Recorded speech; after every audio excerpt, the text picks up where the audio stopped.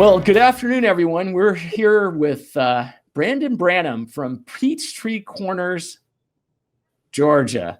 And Peachtree Corners, Georgia, not to be confused with other peach trees in the Atlanta area, is doing some really, really innovative things. And your Curiosity Lab got the best of my curiosity, Brandon. And we're going to talk about some of the innovative things you're doing with autonomous vehicles, with connected vehicles, with just improving the quality of life, technology, and innovation. And we'll talk about that. But first, why don't you tell us a little bit about Peachtree Corners and your little corner of the world? And while you're doing that, I'll bring up some slides of your website. Yeah, thanks for having me on, Ken. So Peachtree Corners, relatively new city, incorporated in 2012 as a municipality. The area was developed in late 60s, early 70s, but formally became a city in 2012. And what's interesting with Peachtree Corners is that early development included what we call Technology Park Atlanta. It was the first ever technology office park in the state of Georgia, founded by a former Georgia Tech graduate turned developer. Got tired of seeing the brain drain of Georgia Tech grads, Georgia grads graduating, leaving the state, taking tech jobs somewhere else. So he developed this technology office park, which today, during its time, the color printer was actually invented here in Tech Park. The first modem, the Hayes modem, was invented right here in Technology Park. And Scientific Atlanta, which is now Cisco, was founded here. So that was kind of the early birth of Peachtree Corners, and then it built the residential component around it. Brings us fast forward to today, 2012, incorporated city of about 45,000 people, but also have 45,000 jobs, which is pretty unique for a municipality. And it's what it's able to drive us to actually be the second largest municipality in the state of Georgia, as a zero millage rate. So we do not charge city property taxes. And so the business environment is really important for us in that creating that community feel, as you just saw on the website. Just recently opened up our town center last April, created that community gathering spot that wasn't here before. And that was our first entry into the smart city world, where we put in a smart parking application. So that we knew we had a 2-acre green space that we would have concerts, but we're limited on parking. And perfect example, we've only got about 1,000 spots. And in one of our concerts last year, when we were all gathering, had 5,500 people. So you can imagine trying to figure out parking. How do we let residents and visitors know beforehand that, hey, parking's full? So that's put us, our first step into the smart city arena.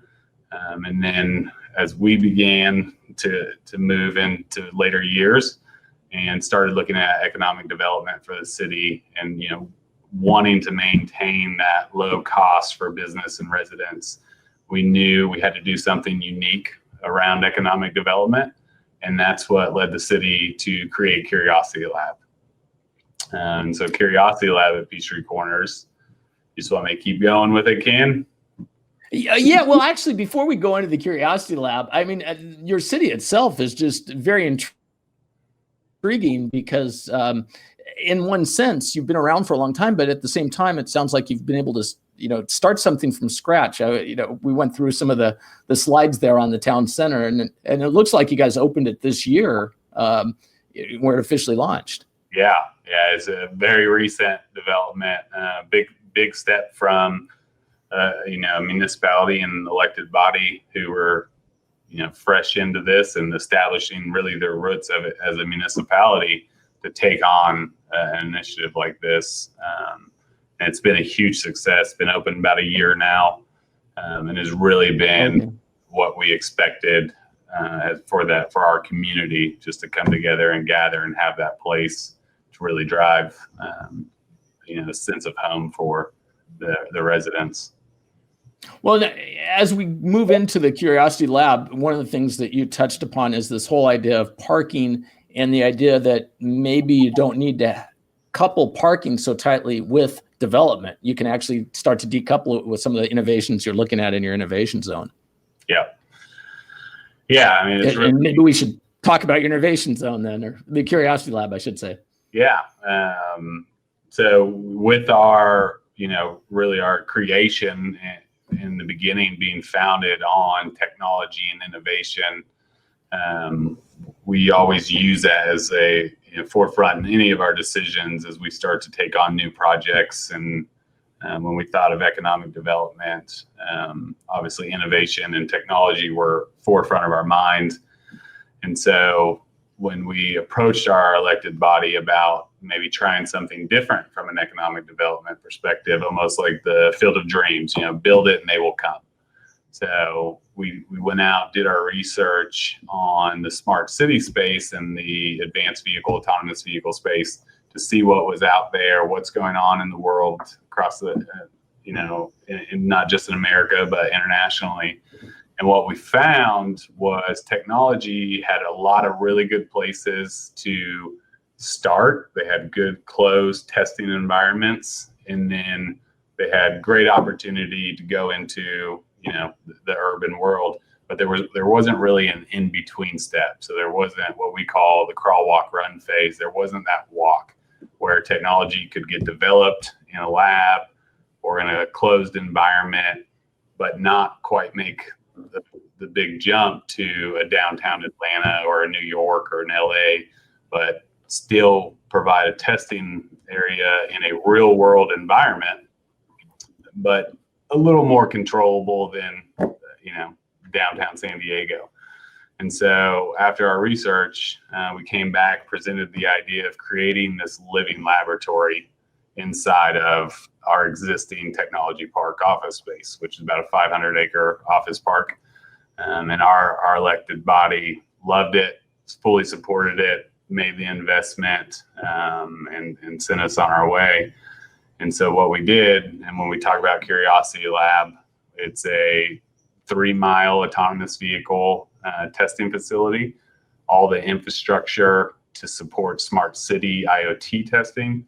And we have a 25,000 square foot innovation space, which kind of serves as the hub of all of the activity going on.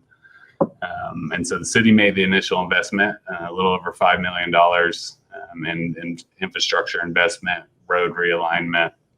And then we noticed the other items, and there's really 6 key items for us that set us apart from other places in the world. And we can say that there is no other place in the world that is like us. It is the fact that we've built this environment and it's free of charge. So we've opened it up to all the companies to come and use it, test the product. We don't charge for anyone using the test facility. Because it's an economic development initiative, we're not asking for any intellectual property or proprietary information, because our benefit from this is companies moving here, companies coming and testing, staying in our hotels, eating in our restaurants, all indirect benefit to the city. We have 5G. We are live and active with 5G. That's through our partnership with Sprint, now T-Mobile.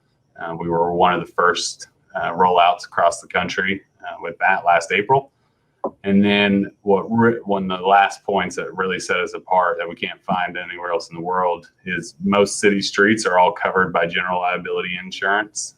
We have that here at the track as well in Curiosity Lab, but we also have insurance for driverless vehicles.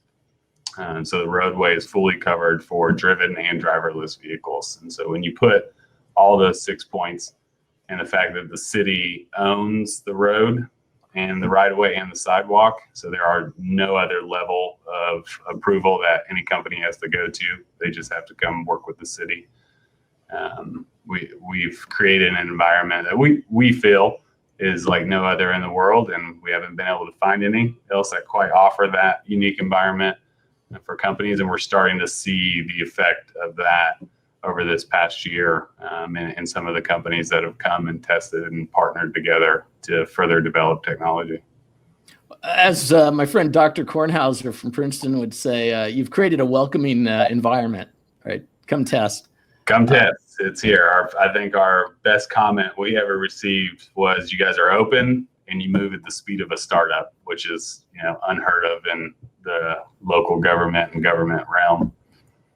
Yeah, that's difficult. There's so many areas to touch upon here. I mean, the first one I want to touch upon is one that is probably overlooked, but it's so important in the insurance aspect, and the fact that you have created I guess, worked with an insurance company to create a policy that I guess it must indemnify to some extent the people who are doing the testing and so forth, or how does that work? Yeah.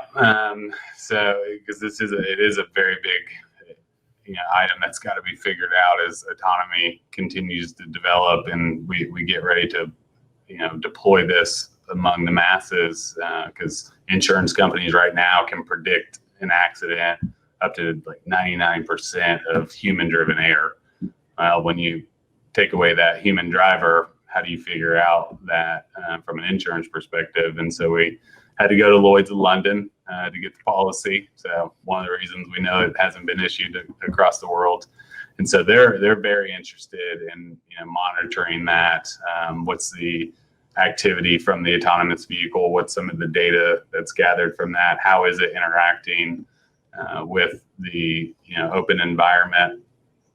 What are the areas? We know autonomous vehicles are using usually some form of Lidar, some form of computer vision, and then some of them at this point still have a safety steward in it. And so how do those all work together for the insurance companies to really figure out what part of the technology it has to be the biggest concern from an insurance perspective? I would imagine they must help you kind of set the rules or the guidelines as well, as far as helping the startups that are using your facility understand what they can and can't do. Is that correct? So they don't. They allow them to come out and fully test it, and then they ensure the public side of it. We do require insurance from the user of the facility, just so there's coverage. But the coverage that we have from the driverless perspective is to protect the public interest. Which that gets into the whole people aspect of this. These are clearly public roads, public sidewalks. But it's within this 500-acre area, which is a pretty significant size, because that's almost probably 1/20th the size of your city. So it's, I would say, significant. How has the reaction been from the people, your citizens, the people who live there, the people who walk these sidewalks? Yeah. So in that 500 acres, we've got about 8,000 people who work here every day, and then about another 1,000 who have a residential component inside the 500 acre. And it's actually been really cool to see the excitement from the business community and the residents as we've put this together and really, started deploying some of these technologies. And they've been the first to be like, "Hey, robotic delivery, drone delivery, can we be a part of that? We'll gladly take part in the test environment." They were the first ones to come out and ride Olli, which you see there on the vehicle, as the first autonomous shuttle here by Local Motors. Oh, yeah, little Olli. Olli's cool. So they were, first ones out to take advantage of this. And then one of the companies, which from an economic development standpoint, we met one of our goals early on, moved their corporate headquarters here, right here on the 1.5-mile track. I missed who did that? Who moved their corporate headquarters? So it's ASHRAE was one of them. That's the American Standard for Heating, Refrigeration, and Air Engineers. So they set the global standard for all HVAC systems in commercial buildings. And they saw this as a unique environment from a IoT perspective, as they took a 1969 office building, turned it net zero. But what they're really interested in is, all the IoT devices that are collecting data on the external environment. How does that play into the internal environment and making net zero buildings? So they were one who came because of what's happening in Curiosity Lab, and then Brightree, who does remote telemedicine. They moved their corporate offices here as well. Because again, 5G environment, how's 5G going to affect their operation from a telemedicine perspective? So just between the two, that was just over 400 jobs and 120,000 plus square feet of office that was vacant, all because of the activity that's going on and wanting to be a part of the ecosystem. So that leads to the question of return on investment. I go ahead. Yeah, I would make my own assumptions about that, but it sounds pretty darn good. Yes, and it has. I think probably better than we could have imagined this early on. Again, we just opened last September of 2019. So within 1 year, we've ran tests of a fully autonomous shuttle. We're testing teleoperated e-scooters right now, testing some of the world's biggest companies' video sensor and IoT devices, and then having 2 companies just move their offices here. The return on investment has far surpassed what we could have expected. And from a testing perspective, seeing Olli in action is always fun, and they're neat little vehicles. And so, are people using them to get from one part of the campus to the other, or how are they using them? Yeah, so we have a set of hotels at one end, and actually one of the turnarounds for the shuttles is inside the parking lot of the Marriott, and so we see a lot of that. And then on the other end, just happens to be a brew pub, so conveniently worked out that the hotel guests could jump on the shuttle and ride it up and get off at the brew pub and then take it back. And so can they bring their beer in Olli? Is that a possibility yet? We're still trying to figure that question out, because is there how do you do open container when there is no driver? Right. So at this point we haven't approved that, but it is an interesting question. Is Olli, is there a safety driver in Olli? There is. And is that just because of federal state law? No, state law, I guess. Huh? Georgia is a very, very friendly AV state, and was one of the first states to pass the legislation that does not require a safety steward in the vehicle. That was just Local Motors' decision to have it in there, because this is the first time that the shuttle had actually gone on a roadway that isn't straight or kind of wide open. It's got a 13% grade that just happens to be on a curve. 10.5-foot lane that it's running in, mature tree canopy. And so they were here in the fall, and the leaves were just falling all over the ground, and really gave the computer vision a difficult time, because it covered up the striping on the roadway, so it couldn't read the lane. And then we found out on the grade, when the vehicle goes up, Lidar doesn't fluctuate when the vehicle goes. So the Lidar was reading that there was actually something in front of it blocking it, because it hadn't seen a grade that was 13% at this time. Interesting. So they learned a lot. Nothing like a lot of code changes based on it. Now, one thing it looks like is it sharing bike lane there?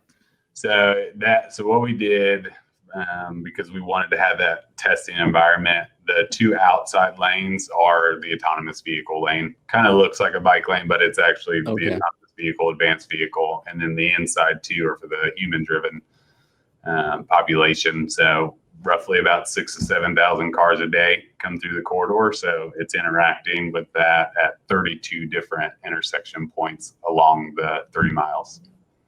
Now, the autonomous shuttle lane, though, it looks like it's also being shared with bicyclists too, though, right? Yeah, so bikes can ride in there. The e-scooters, that's where they go. So you've got a lot of interaction going around that create a lot of valuable data. Yeah, and then clearly that it's having to interact with pedestrians, as we see on the video there, and so if there have been any close calls or anything, it's it's like, oh shoot. Now we've been very fortunate that Local Motors has been a great partner to come out here, and it's impressive what their technology's been able to do. And obviously they're always going to steer on the side of caution right now, as we continue to develop the technology.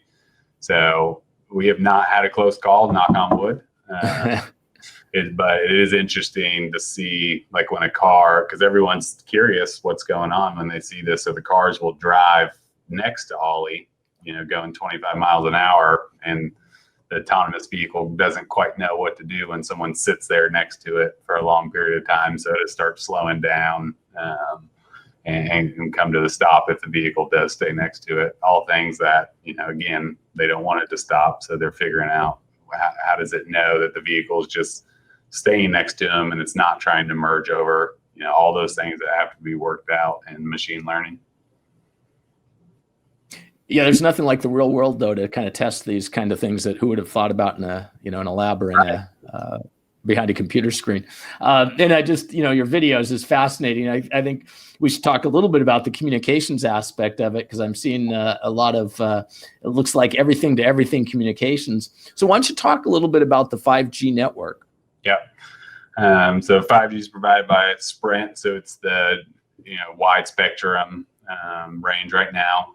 So the industry kind of took different models, either millimeter wave, which we're seeing some, and then small cell deployment, which is AT&T, Verizon have taken that approach. Sprint took the wide spectrum so that they could continue to use the massive MIMO cell towers that are up in the air that we usually see when we're driving around. Everyone notices those. So basically they could reuse their existing assets. They didn't have to put in any small cells or anything like that. Was that the idea? Yeah. It was a different approach from the rest of the industry. They just created a new set of satellite tower antenna boxes and just swap those out with the ones they already had pre-existing. So companies can come, test their 5G connectivity in the side all over the track. And we've also, because of the partnership, the entire city's covered with 5G. So that's been a huge benefit. We're starting now to see the rollout of the devices. So the infrastructure from the carrier is now there. Now the devices are starting to catch up. Now you've got some roadside units as well, right? Some, I believe, DSRC dedicated short range communications roadside units. Is that right? That is, yeah. We wanted to make sure, because it is a testing environment, that all aspects of connectivity were available for companies to test. So we've got 5G, we've got dedicated short range communication. We're working now to get cellular roadside units put in. And then we also have Wi-Fi along the entire corridor, because some of our research, and especially in the robotics delivery, where you start getting closer to the buildings, the handoff to Wi-Fi sometimes gives them a little better signal to operate on. So we have Wi-Fi as well. So we covered really every layer of wireless communication. And that was all part of your investment in the infrastructure, I assume. Yeah, outside of the 5G, that was an investment by Sprint. The rest of it has been the investment from the city. Now, I notice my friends at Hargray are part of one of your partners. Where did they play into this? So, what we've learned, and even in 5G deployments, fiber is still the backbone for all of it. So Hargray came in, they're new to the Metro Atlanta market. We've known them from some of the southern areas of the state. And they saw, we just had this great timing of bringing the companies together. They're a great community partner. So they laid the fiber backbone along the stretch of the track. And that's where all the IoT devices along the facility are plugged into, and then ran over their fiber connection. So we have a gig circuit with Hargray. And even 5G, it still has to have fiber to power it. Right. Yeah, you need fiber. Wireless needs fiber, as they say. And yeah, Hargray is a huge independent operator, broadband operator in the Southeast. Not huge, but they're big for an independent operator. Yeah. So are they? But I assume you guys actually own the infrastructure. Or did they install it and maintain it, or? Yeah. So we installed the conduit, and then they pulled in their fiber, and then are the operator of the fiber. Okay, so they operate it for you, so you don't have to get into that business. Exactly, which I think is really a good tie-in of how the public and private come together here. Operating a fiber system is not always a specialty of municipalities. So getting the knowledge from the private industry to help build what's going on inside of here has been a huge benefit. Getting the expertise from Sprint. Cisco recently joined on as a partner. Bosch, again, they all have this expertise in the private industry that municipalities just don't have and don't have the resources to have. So bringing all of that here has been a huge benefit, not only to us as a municipality, but even with one another as they work through things together. Well, and speaking of Bosch, I mean, that was the whole reason for this call. Initially, it sounds like you guys have just installed some cameras that will allow you to do some analytics that wouldn't be possible otherwise. Why don't you talk to that? Yeah. So we first originally deployed cameras along the corridor, and then we put in the new intersection here, right in the middle of the track. So it's a signalized intersection now, and we knew we had to bring together some kind of analytics, because the intersection is a big part of understanding traffic and traffic optimization. I wonder if I can find that intersection. Is that? It might. So if you scroll, it is so new. We probably don't even have the picture on here. Okay. You saw the three-way intersection there on the picture prior, and that's where we put in the traffic signal. Okay. So Bosch, and through our relationship again with Sprint, really this ecosystem, came together and saw the opportunity to, they had their video as a sensor product, which is the camera doing edge computing as a sensor. And they had some of the initial stage really worked out, right? People detection, vehicle detection. They had kind of fine-tuned that, so we knew we could get that at the intersection, but they also knew they had some things that they wanted to test. And so it was really a great culmination of a product that has enough information that we can use. So it's counting how many cars are coming through the intersection. It's recognizing the difference between a car and a truck, or a truck and a bus. It will recognize a cyclist versus just a pedestrian. And then it also shows us the movement through the intersection. So it tells us how many right-hand turns versus left-hand turns versus through traffic, based on all the activity coming through. How many of those were pedestrians? How many of those were cyclists? And so we're able to take that information right out of the gate and apply that to optimizing the signal based on the traffic flow. And it's been interesting. We learned just how much, we had an inclination of how much cut through traffic came through this roadway. But when you put data behind it, we were blown away. It was almost 76% of people were using a section of the roadway to cut through to another roadway. So that helps us in programming traffic. If we know that many people are, peeling off for a right-hand turn, well, we can hold that right-hand turn a little longer and help the flow of the north and south traffic. So that was just kind of the initial out of the gate, and so that was our first crawl stage, and now we're moving into the walk stage. And now we're teaching the camera, again, with the teleoperated e-scooter. Most cameras know what a scooter looks like with a person on it. They can recognize that. Well, what happens when you take the rider off and that scooter's still going, which we have here. So now we're training the camera to recognize the scooter when nobody's on it. And why that's important is when a rider's on a scooter, they're going about 12 miles an hour. You take the rider off and it's operating teleoperation, it's usually about 3 to 4 miles per hour. So how does that affect your traffic signal? Because it takes a little longer for that scooter to get through. And now, it looks probably more like a pedestrian in a sense, right? As far as speed. Yeah. So those are kind of the next steps we'll start developing with them. And then it starts spreading out from there, and you can really start monitoring that whole flow of the corridor. But really is taking video and making it a sensor. So it's been a really fun project. Oh, go ahead. Okay. In that scenario, how does it work? I mean, are they putting the sensors in at their cost, or is it something where you put it, Yeah, no, through our partnership with them, they deployed all this through them because they saw the value of being able to do new things and test new things on their devices in a real world environment. Whereas before, they've got their lab where they can create scenarios, but they can never quite have that real world environment to test out technologies, and that fit exactly what we wanted to create. So they came in, they put in the cameras. So there's 3 cameras on the intersection. So I know one of the questions was, how many sensors does this take? And so really it's, you've got your wide angle camera that can pick up, two of your intersection lanes, and then you just start ingesting the data from that. So we only needed 3 cameras on the intersection to cover the entire intersection and about 100 yards back. So from a bureaucracy standpoint, if you will, I mean, a lot of times just dealing with a municipality for good reasons, right? That could take a year to implement something like that. You'd have to go to council or whatever, right? I mean, it would just, how do you streamline it? I'm assuming you've streamlined the process in some way. Yeah, we have.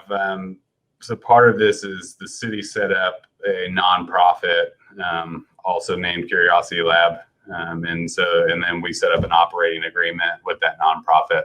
And so all of this goes through that nonprofit to really speed that up. While the city owns all the infrastructure, so we still approve all the infrastructure, the nonprofit operates the facility on our behalf. So it helps with some of those regulations and headaches that you run into with procurement and deployment. And so Betsy Plattenberg she's the executive director for the nonprofit, and then us, we're all here still supporting, because it's a huge benefit. From the bigger citywide perspective, we really gain a lot, because not only do we get to see this cutting edge technology firsthand, we get to partner with them and say, okay, here's really where the pain point of a municipality is. This is the struggle that we have. We get to work that out on the front end instead of just buying the technology that we think may help or benefit the city. Yeah, that makes sense. And it, from a camera perspective, I know that's always an issue, putting cameras up. There's concern about privacy and that sort of thing. Has that been a concern? If so, how's it been addressed? Yeah, always a concern, because especially around facial recognition, we do not allow it. We ensure that the product that is there does not have that capability to be able to be turned on without any notification. So it's really scaling it down to the object, right? We don't care about the person that's in the vehicle or the type of vehicle that it is. If it's a Honda or a Toyota, we just want to know, is it a car or is it a truck?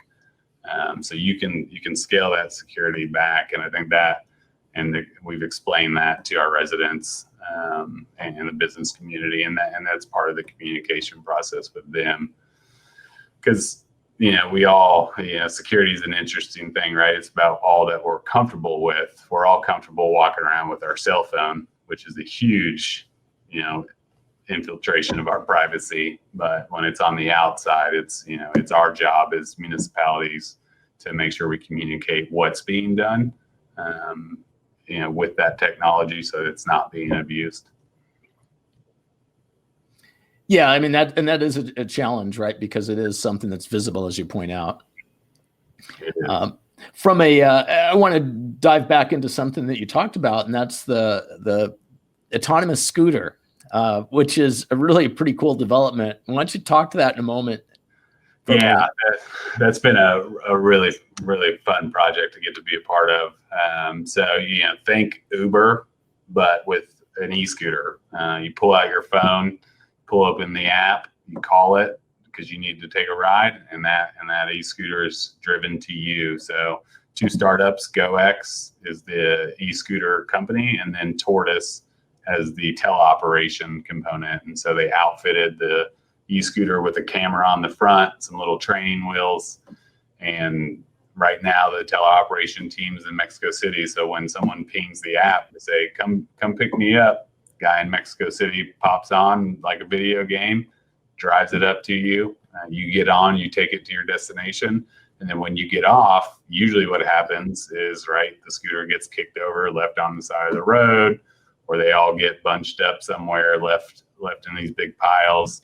Now with this technology, it's able to take it back. Maybe it needs a charge, so they take it back to the docking station. Maybe it needs disinfected, so they take it and they go and someone disinfects it, or it goes to the next rider. And so you no longer have this clutter laying around the city.